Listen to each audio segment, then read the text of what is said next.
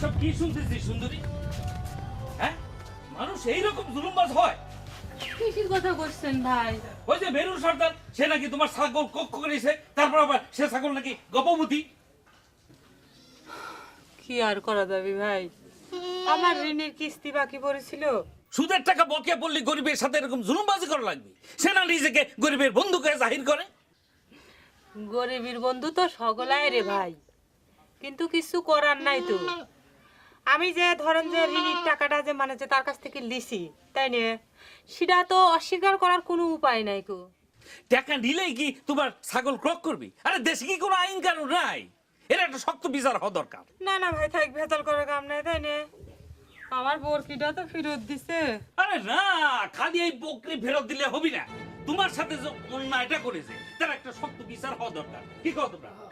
শোনো, সে সুদের নামে মানুষের রক্ত চুষে খাবে, সেটা তো আমরা মেনে নিতে পারবো না। হ্যাঁ, এই শোনো, তোমরা আমার সাথে থাকো, আমাকে দোয়া করো। দেখো ওই রক্ত চুষার হাত থেকে এই এলাকাকে তোমাকে কেমনে আমি রক্ষা করি। আসো।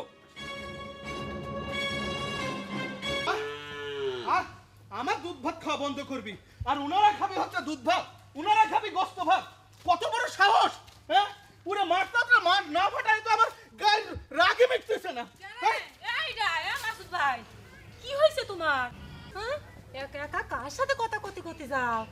আর কোষ নে, ও যে সর্দারের পোষা দুটো কুত্তি আছে না, আর কথা নাই বার্তা নাই, আর সে আমার গায়ের দড়ি গাড়ি নিয়ে যাচ্ছে। কে রে? এই, এটা কি মগের মাল্লুক নাকি? সুদের কিস্তি কি বাকি পড়ছে? আরে না, কিসের সুদের কিস্তি? এসব নতুন নতুন সব ফোন দিয়ে বার করতেছে। আহারে, অবলা জানোয়ার নিয়ে তাও দেখো ব্যবসা। তুমি তো তাও গায়ে জোর করিয়ে গাড়িটা কাটিয়ে আনবি পারছো। আমার সময় কি হয়েছিল? ওরে আল্লাহ, হাত থুয়ে পাও, পাও থুয়ে হাত, তাও যদি আমার কথা শোনে বরকিটা টানতে টানতে নিয়ে চলে গেছিল। তুই আমাকে আগে খবর দিসনি কি জন্য? দেখতাম কিরম করে তোর ছাগল নিয়ে যায়, মাথা ফাটায় কেলায় দিতাম। শোনে, ওই দুটি পোশাক কুইতে যদি আবার ঝামেলা করবে আসে, তাহলে আমাকে ডাইরেক্ট খবর দিব। গরিবের বন্ধু সাজেছে, এই তার গরিবের বন্ধুর নমুনা। আসলে ওই শালারা নীলকর সাজেছে, বুঝেছিস? আস্তে আস্তে আস্তে কেন, আস্তে কেন? তোমাকে কথাবার্তা যা শুনলাম, তাতে তো মনে হচ্ছে তোমরা সকলেই সর্দারের ঋণের ফাঁসে আটকে গেছো। কি করব ভাই, ঋণ না নিলে পরে তো চলে পারে না। তাই বলে এত অন্যায় মাইনে নিয়ে তার কাছ থেকে ঋণ নেওয়া লাগবে? আর সুন্দরী, তোমার উপর সর্দারের লোকজন যে জুলুম চালাচ্ছে, তার তোমার মাথা খারাপ হয়ে যাচ্ছে। কি করা যাবে ভাই? গরিব মানুষ মানে যে ধরেন যা করবে যায়, তাতে মনে করেন যে জুলুম। কে আজকে যে ঋণের টাকা লিছি, সেটা সুদ যেরকম জুলুম হয় খারাইছে, আর যদি ঋণ না নিলেম নে, তাহলে যে না খায় মরা লাগলো নে, সেটাও তাই জীবনের জন্য জুলুম, তাই না? আপনি বুঝার মানুষ বুঝে আমাকে জুতির বাড়ি দেন, ঠিক কইছি কিনা? কথা তুমি খুবই ন্যায্য কইছো, কিন্তু আমি চিন্তা করতেছি সর্দারের কথা। না না না না না না, এইভাবে চলতে দেওয়া যায় না।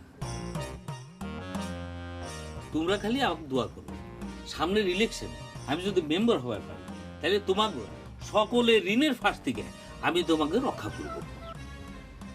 সত্যি কথা কতে কি জহর ভাই, ঋণ করি সুদ দিই, তাতে কোনো অসুবিধা নেই, কিন্তু সর্দার ঋণের উপরে যেসব শর্ত দিয়ে দেয়, সেটাই তো একেবারে জেরবার হয়ে যায়। এই যে দেখেন, আমার দুধ ভাত খাওয়ালে কত রকম ঘটনা ঘটে গেল। আমি সব বললাম তো। আর সুন্দরী, তোমার কই, তোমার ছাগলের বাচ্চা হোক আর যাই হোক, সর্দারে তুমি কিছু দেবে না, দেখিস কি করে।